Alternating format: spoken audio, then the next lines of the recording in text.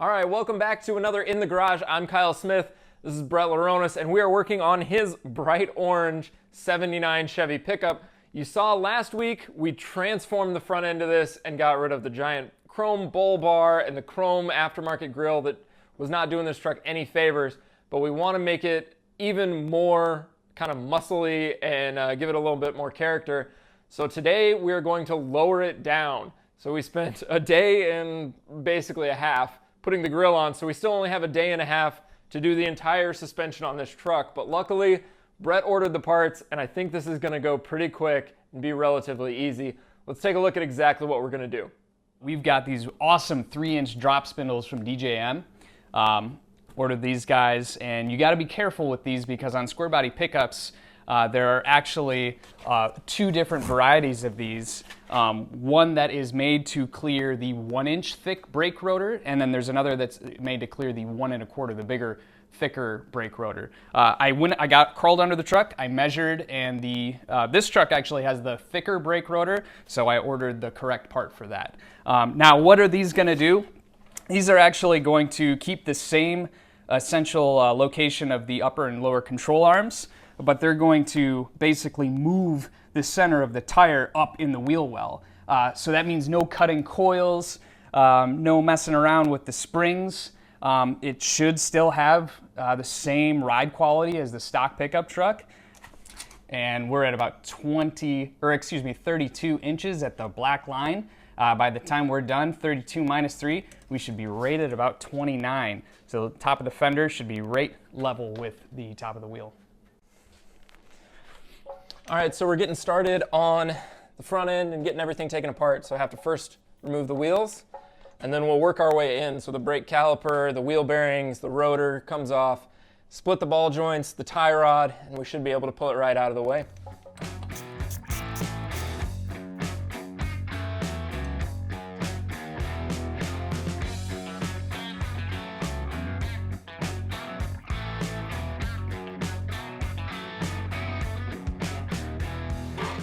That off to the side, so we're going to have to disconnect our tie rod end here and then the upper and the lower ball joints, which we'll get to from the back side, get the cotter keys out and split those apart. We'll probably use a jack here underneath to break those loose, but fortunately not a whole lot of corrosion in here. Everything's pretty clean. The wheel bearings are in serviceable shape. So I'm breaking loose the tie rods, and I wanted to share a quick tip with you as we're getting this apart. Even though I've got this nut loose, it's going to take a little bit of force to get that tie rod out.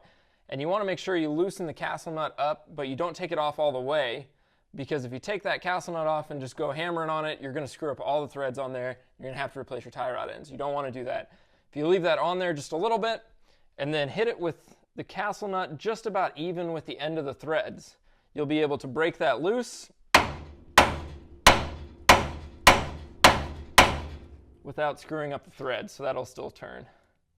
So it's probably gonna take a little bit more force, but that'll help you so you don't screw up the threads on any of the stuff that you're working on the front end. So here I've got the tie rod all loosened up. I've got the lower control arm supported with the jack.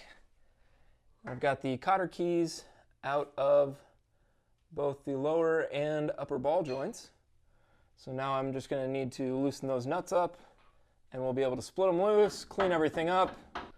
So what I've got here is the jack down underneath it, and I've actually loosened both ball joint retaining nuts, and I'm going to use the jack to lower it down just ever so slowly to use the spring tension, because if I just release the jack completely, that spring's going to unwind and shoot the lower control arm out. So we don't want to do that, but we're going to use that tension of the spring to hopefully break both ball joints loose. So I'll just lower that down nice and slow. Hopefully the lower one releases.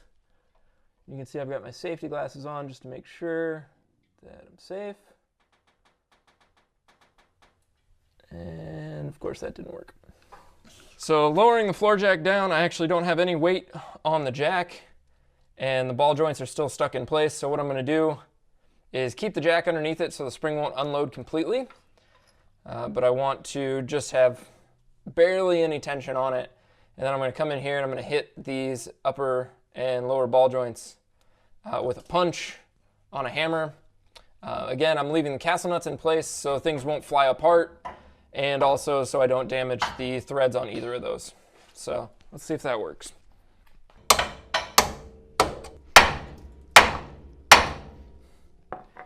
You can see I'm also hitting the actual spindle itself to try and get that to expand a little bit, because the ball joint is a taper in there, and what happens is over the life they're wedged together, and all the vibration and everything, they kind of just wedge ever so tight. So I'm just trying to break that taper loose. So that strategy failed as well, trying to just kind of beat everything into submission. So next up is this specialty tool. It's a pickle fork. You can see it's just a wedge that you can put on either side of the ball joint down here, and use it to split everything apart. Sometimes it does damage the seals, so I'm going to try and be careful, because we're trying to reuse these ball joints because we think they're good. So hopefully not damage the seal and be able to split everything apart in one quick, easy go.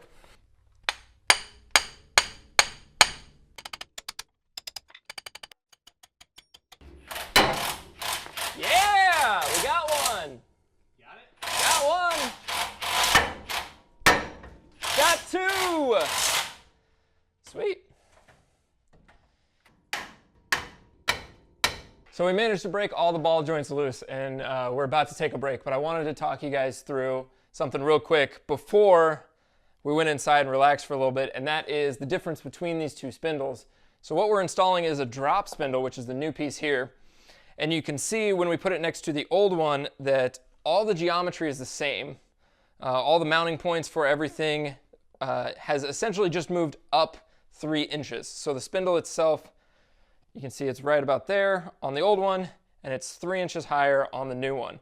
So you're not changing any of the steering geometry, you're not changing any of the brake line lengths or anything like that. Putting the spindles back on, and just nice and easy process. Put the bolts into place, and we'll tighten them down until the cotter pins line up on either of them. And everything's a little greasy and dirty under here, but in the grand scheme, it's really not that bad. This isn't a restoration, it's a truck he's gonna drive and enjoy. So I guess we're just gonna consider that grease a little bit of extra protection from road grime. Call it a day. All right, so we're working away here in the garage, and we hit a little bit of a snag because I managed to mangle one of the castle nuts when we were taking things apart, and that just bent it just enough to where I can't use it again, and there's just no reason to do it the wrong way. So Brett's assembling this side over here, the driver's side, and we're gonna go ahead and finish that up, and I'm gonna make a run out to the parts store to grab a single nut because that's what's holding us up right now. But assembly's going quick, we're making progress. All right, so I'm cleaning up the wheel bearings before we install them, and Brett's side, the driver's side, is especially kind of gross and gummy. We want to get all that old grease pushed out, but if you want to see this, go back a couple episodes where I reinstalled the front kingpins on the Model A Ford, and I showed you how to repack these wheel bearings. It's pretty easy, just in the palm of the hand, so I'll just grab a little grease, slap it in there, and then use that to push everything out.